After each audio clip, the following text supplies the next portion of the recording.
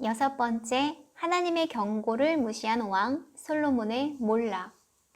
사랑하는 성도 여러분, 오늘 본문은 지혜의 왕으로 불리던 솔로몬이 하나님으로부터 책망을 받고 그로 인해 나라가 찢기는 심판을 받게 되는 장면입니다.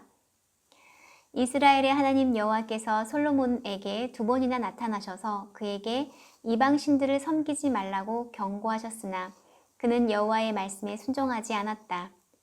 그래서 여호와께서는 솔로몬의 마음이 자기에게서 떠난 것을 보시고 분노하시며 그에게 이렇게 말씀하셨다. 너는 나와 맺은 계약을 어기고 내 명령을 지키지 않았다. 그러므로 내가 반드시 나라를 내게서 빼앗아 내 신하에게 주겠다. 그러나 내 아버지 다윗을 생각해서 내 생전에는 이렇게 하지 않고 내 아들에게서 나라를 빼앗을 것이다. 하지만 나는 그에게서 나라를 다 빼앗지 않고 나의 종 다윗과 내가 택한 예루살렘을 위한 한 지파를 그에게 주어 다스리게 하겠다. 그는 하나님께서 2번씩이나 직접 나타나셔서 경고하신 말씀을 무시하고 이방 여인들의 신들을 따르며 우상을 섬기는 죄를 범했습니다. 지혜와 영광으로 가득하던 왕의 마지막은 이렇게 비참하게 막을 내립니다. 이 장면은 오늘날 우리에게도 깊은 교훈을 줍니다. 첫째, 우상을 섬기면 안 됩니다. 하나님은 솔로몬에게 경고하셨습니다. 이방신을 따르지 말라.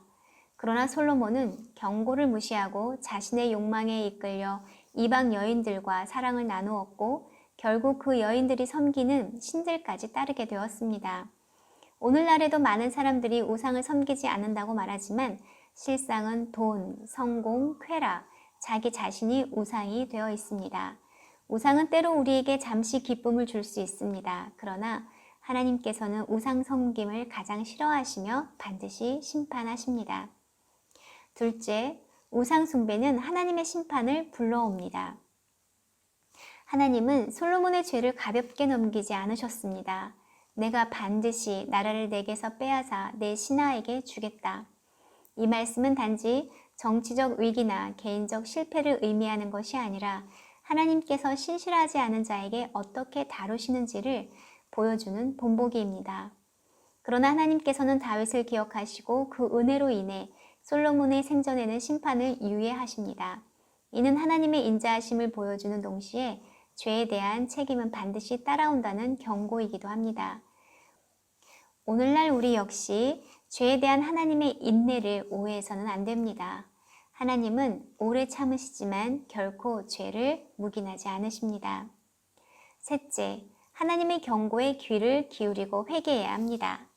본문에서 가장 안타까운 부분은 하나님께서 2번이나 직접 나타나셔서 경고하셨음에도 불구하고 솔로몬은 회개하지 않았다는 사실입니다.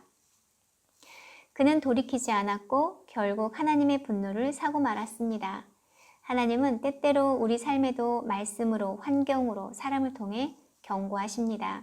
그러나 많은 이들은 그것을 그냥 지나칩니다. 하나님은 지금도 회개하는 자를 기뻐하시고 돌아오는 자를 용서하시는 분입니다. 하지만 솔로몬은 끝내 그 기회를 놓쳐버립니다. 그래서 오늘날 누구도 솔로몬을 믿음의 사람이라 부르지 않습니다. 그의 업적은 남았지만 그의 영혼의 방향은 하나님과 멀어졌기 때문입니다. 사랑하는 성도 여러분, 우리는 오늘 본문을 통해 3가지 진리를 다시 새겨야 합니다. 첫째, 우상을 멀리하십시오. 둘째, 죄는 반드시 심판을 가져옵니다. 셋째, 하나님의 경고 앞에 즉시 회개하십시오. 오늘도 하나님은 우리를 기다리십니다. 우리가 겸손히 무릎 꿇고 돌이킨다면 하나님은 여전히 우리를 품으시고 은혜의 길로 인도하실 것입니다. 솔로몬처럼 하나님의 음성을 무시하지 말고 오늘 이 시간 주님께로 돌이키는 결단이 있으시기를 바랍니다. 함께 기도합시다. 사랑과 인자와 자비가 풍성하신 하나님 아버지, 오늘 우리에게 귀한 말씀을 주시고 솔로몬의 삶을 통해 거룩한 경고를 들려주셔서 감사합니다. 하나님, 솔로몬이 모든 지혜와 영광을 누렸지만 결국 우상 숭배로 인해 마음이 하나님에게서 떠나고 인생의 마지막이 비참해졌음을 기억합니다. 저희도 세상의 즐거움과 욕심, 사람의 인정과 자기 중심적인 생각이 우상이 되어 하나님보다 더 사랑하는 것이 있었다면 이 시간 회개합니다.